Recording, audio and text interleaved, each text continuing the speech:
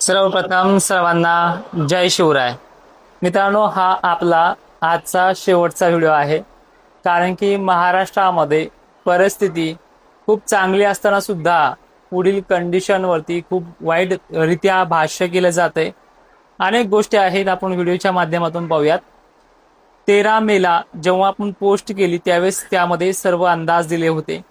महाराष्ट्रामध्ये आतापर्यंत जे काही अंदाज दिले ते अगदी योग्यरित्या पार पडले, पण समजून घेणारे मात्र त्यापेक्षाही प्रो लेवलचे निघले. निगेटिव्ह कमेंट करणाऱ्यांनी तर हद्दच पार केली आहे. स्वतःची प्रोफाईल लॉक करून कमेंट करण्याचं काम चालू आहे. म्हणजे थोडेफार पैशासाठी काही लोक मुद्दामून नवीन फॉलोअर्स जेव्हा वाढत होते त्यावेळेस त्यांच्यावरती इम्प्रेशन डाऊन झालं पाहिजे म्हणून कमेंट बॉक्समध्ये घाण केली पाहिजे, आशा हेतून आले आहे. आता आपण पहिले अंदाज बघूयात आणि नंतर पुढे काय होणार आहे आणि काही प्रश्न आहेत जे आपण शेवटच्या टप्प्यामध्ये पाहूयात. अल निनो हा तीव्र आहे, पण एकटा मान्सून महाराष्ट्राच्या किंवा भारताच्या पावसाचं गणित ठरवत नाहीये. 2023लाही सुद्धा अल निनो आला होता, यावर्षी त्याच्यापेक्षा थोडं जास्त आहे, पण परिस्थिती त्या लेवलची गंभीर नाहीये. तुम्हाला मी एक स्क्रीनशॉट शेअर करून देतो. हा गॉडझिला नावाचा जो की अल निनो आहे, स्वतः IMDनं मागच्याच आठवड्यामध्ये महापुराचे ढगफुटीचे संकेत आहेत असं व्यक्त केलं आहे आणि ही परिस्थिती त्या काळामध्ये उद्भवते. दुसरा महत्वाचा प्रश्न, शेतकरी दरवर्षी 15 पासूनच पुढे पेरण्या करतो. काही क्वचितच जर उन्हाळ्यात पाऊस झाला तर त्या पाण्यावरती पेरण्या करतोय. पण अशी सुद्धा वेळ ती चांगल्या पावसाळ्यामध्ये सुद्धा की आपण पंढरपूरची यात्रा मागे फिरेपर्यंतही आपल्या कधी कधी पेरण्या होत नाही. त्या काळामध्ये अशा स्वरूपाचा मॅसेजेस, अशा स्वरूपाच्या गोष्टी येत नव्हती. यावर्षी काय झालं नेमकं, काय कारण आहे त्या बाबतीतही बघूयात. मित्रांनो, पेरण्या 20 तारखेपासून पुढे सुखरूप पार पडतील अशी पद्धत आहे. कालपासून वातावरणामध्ये बरा बदल होतोय. आज चांगला झालाय. विदर्भ मराठवाड्याला सर्वाधिक कमी पाऊस सांगितला होता. त्याच विदर्भ आणि मराठवाड्यामध्ये पूर्व भागाकडनं पावसाने अवकाळी का होईना पण सुरुवात चांगली केली.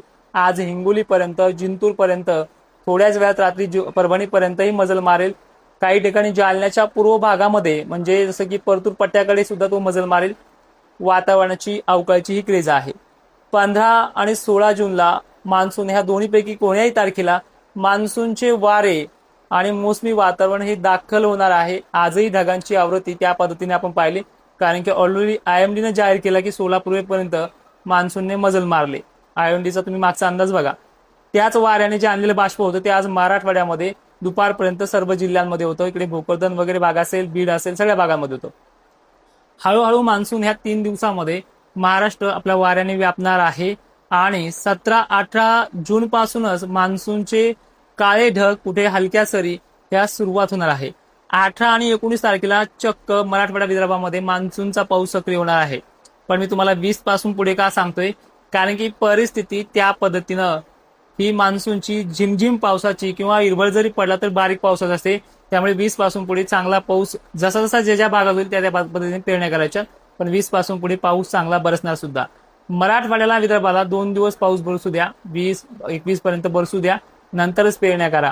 कारण की ही जी जोखीम आहे ही आता घेणं मी पण सोडून दिलेली आहे. दुसरी महत्वाची गोष्ट, खानदेशकर असतील, पश्चिम महाराष्ट्रकर असतील, मराठवाड्याच्या आणि विदर्भाच्या तुलनेमध्ये 1-2 दिवस उशिरा तुमच्यापर्यंत पाणी पोहोचतो. त्यामुळे 2 दिवस यांच्या तुलनेमध्ये उशिरा येऊ शकतो. पण मान्सूनचा पाऊस, मान्सूनचे ढग, मान्सूनचं जे काही सगळं वातावरण, टेम्परेचर कमी होईल ते तुम्हाला 20 तारखेलाच पाहायला मिळणार आहे.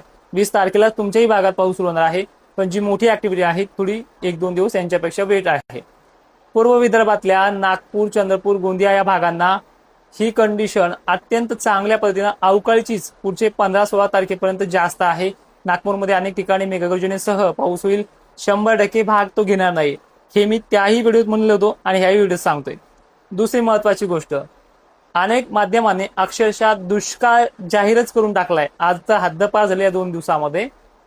ठीक आहे, मग दुष्काळ म्हणल्या तुम्ही दुबार पेरणीची वेळ येऊ देणार नाही असं तुमचं प्रत्येक व्हिडिओमध्ये वाक्य आहे आणि अजूनही राहतं. तर मग तुम्ही काय करणार आहे दुष्काळामध्ये? स्वतः येऊन काय धार मारणार आहे का? त्यामुळे म्हणतो, जर दुष्काळ आहे तर मग तुम्ही पेरता कशाला? 20 जून पुढच्या पुढे जो पाऊस चांगल्या पद्धतीने येणार आहे मग तुम्ही पेरता कशाला? कारण की मी सुद्धा आज या 2 दिवसाच्या वातावरणामध्ये बकाडी होतं. आज तरी ढग गेलेत, पण ह्या 2 दिवसाच्या वातावरणामध्ये तुमची जी मानसिकता आहे ती स्थिर नाहीये. कारण की जर तुम्ही पेरण्या केल्या 22च्या पुढे 20च्या पुढे तर पुन्हा जुलैमध्ये खंड असतो, तो दरवर्षी असतो. हा पश्चिम महाराष्ट्राला असतो, खानदेशला असतो, मराठवाड्याला असतो, विदर्भाला असतो. गेल्या वर्षी सुद्धा अनेक भागांमध्ये पिकं सुकून करपायची वेळ आली होती. चांगला पावसाळा असताना सुद्धा मे महिन्यामध्ये विहिरीला पाणी आलं होतं. इतका चांगला पावसाळा सुद्धा हे खंड अनिश्चित पुढे असतातच जुलै महिन्यामध्ये सुद्धा.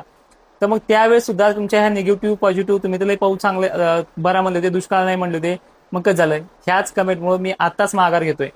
त्यामुळे परिस्थिती जी आहे जून आणि जुलै कधीच ठरवत नाही. कोणताच विभाग असा नाहीये की जून मान्सूनचा जो काही पाऊस असतो तो विहिरीला पाणी आणतो जून जुलैमध्ये.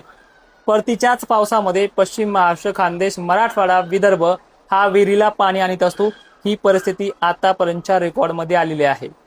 सगळ्यात महत्वाचा प्रश्न, मी आज का माघार घेतोय? कारण की ह्या लोकांनी ह्या गोष्टीवरती सुद्धा एक उपाय काढला असतो. त्यांच्या व्हिडिओमध्ये उद्या पदशील पळ काढत असेल पुढची परिस्थिती पाहून. हे पहा, जगातील टॉप मॉडेलचा विचार करून अभ्यास करणारा अभ्यासक आहे. गेल्या वर्षी याच जुलै महिन्याच्या बखाडीमध्ये प्रयोगशाळा बंद करेल अशी भाषा केली. दिलेला वेळ, दिलेली टायमिंग, दिवसा आभाळ सुद्धा नव्हतं, त्या टायमिंगला पाऊस दाखवणारा तज्ज्ञ आहे. बाकी तुम्हाला माहिती आहे. आणि ज्या ज्या दिवशी चेंज होईल, ज्या ज्या दिवशी वातावरण सक्रिय होईल, त्या त्या दिवशीच वातावरण चेंज झालंय. तुम्ही कितीही आटापिटा करा. 20 तारखेला 20 जूनच्या पुढे तुमच्या पेरण्या सुखरूप पार पडतील. चांगला 7-8 दिवस तो पाऊस एकसारखा राहील. काही ठिकाणी एक दिवस लवकर येईल तर काही ठिकाणी 1-2 दिवस उशीर येईल. हे मराठवाड्याच्या, विदर्भाच्या आणि खानदेशच्या बाबतीत सांगतोय. आणि त्याचबरोबर मान्सूनचे हे जे काही टप्पे आहेत हे असेच राहतात. पूर्ण पावसाळी पॅटर्न बदललेला आहे मागच्या 10 वर्षापासून. मान्सूनवरती पाऊस डिपेंड नाही, हे तुम्हाला मी वारंवार सांगतोय. IMD आहे, WD आहे, MJO आहे, त्याच पद्धतीनं IOD सिस्टम आहे, यावरती सुद्धा डिपेंड असतो. जर मान्सूनचाच पाऊस महाराष्ट्रात पडत असेल तर उन्हाळ्यात पडणारे पाऊस, दिवाळीनंतर पाऊस हे मान्सूनचे नसतात, हे तुम्हालाही मान्य आहे. तुम्हाला 2-3 गोष्टी लक्षात ठेवा की कधी कधी मान्सूनच्या पावसाच्या पेरण्या जुलै महिन्यातही झालेल्या आहेत, यावर्षी तरी जूनमध्ये होतील. त्यानंतर कधी कधी असे पण का आलेले आहेत पिके कळपेपर्यंत, पण लगेचच पाऊस पिकं वाचून जायच्या टायमालाच लगे आगमन झालेले. असा काळ 2023ला होता. 1972 पेक्षाही खतरनाक साल सांगतात. 1950 इतका भयंकर दुष्काळ आहे. मग तुम्ही शेतकऱ्यांना पेरायच का लावतात? कारण की पुढे खतं टाकायचे, मेहनत घ्यायची, मजूर लावायचे, पुढे चालून तो कापूस जाणारच असेल तर मग दुष्काळ असेल तर पेरायला कशाला लावता? त्यामुळे मी आज माघार घेतोय. तुम्हाला पेरायलाच लावत नाही. तुम्ही पेरा किंवा तसंच शेत ठेवा, काही घेणं देणं नाही. आजपासून आपल्या हे जे काही तोडका हवामान अंदाज प्रयोगशाळा आहे, महाराष्ट्राच्या बाबतीत फक्त आपले अंदाज बंद राहतील इथून पुढे. आणि परत तुम्ही म्हणताल की 2-3 दिवसांनी परत हा व्हिडिओ सुरू केल, तर नाही. कारण की हे जे काही टेन्शन आहे, वारंवार जे काही टॉर्चर येत आहे, हे बरोबर नाहीये.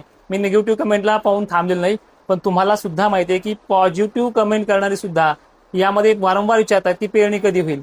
तुम्हाला एकदा सांगितलंय, तुम्ही माझ्या पूर्ण पोस्ट चेक करा. माझा फक्त एकच अंदाज चुकलेला आहे. बाकी जुलै महिन्यामध्ये दिलेले अंदाज जे आहेत, 8 तारखेचा पाऊस, 7 तारखेचा पाऊस, ज्या भागांना सांगितलं त्या भागांना अॅक्युरेट पडलेला आहे. त्यामध्ये काही गफलत केली नाही. तुमच्या भागापर्यंत बारीक विजा वगैरे थेंब का होईना पडलेत त्या दिवशी. दुसरी महत्वाची गोष्ट, ज्यावेळेस तुम्ही स्प्रिंकलर लावताय, वाऱ्याने थोडी दिशा बदली की एखादी साईड कमी राहते, दुसरी साईड जास्त होते. ते तुमच्या हातचा असून ते दुसरीकडे कमी जास्त होतं. हे प्रकार होत असतात. शेवटी तो अंदाज आहे. पण एक मला म्हणायचंय की आता ही जी काही कंडिशन्स आहेत पुढील पावसाच्या, ह्या चांगल्या आहेत. तुम्हाला IOD पॉझिटिव्ह राहून, MJO सुद्धा चांगला राहून तुम्हाला पुढे पाऊस चांगले येणार आहेत.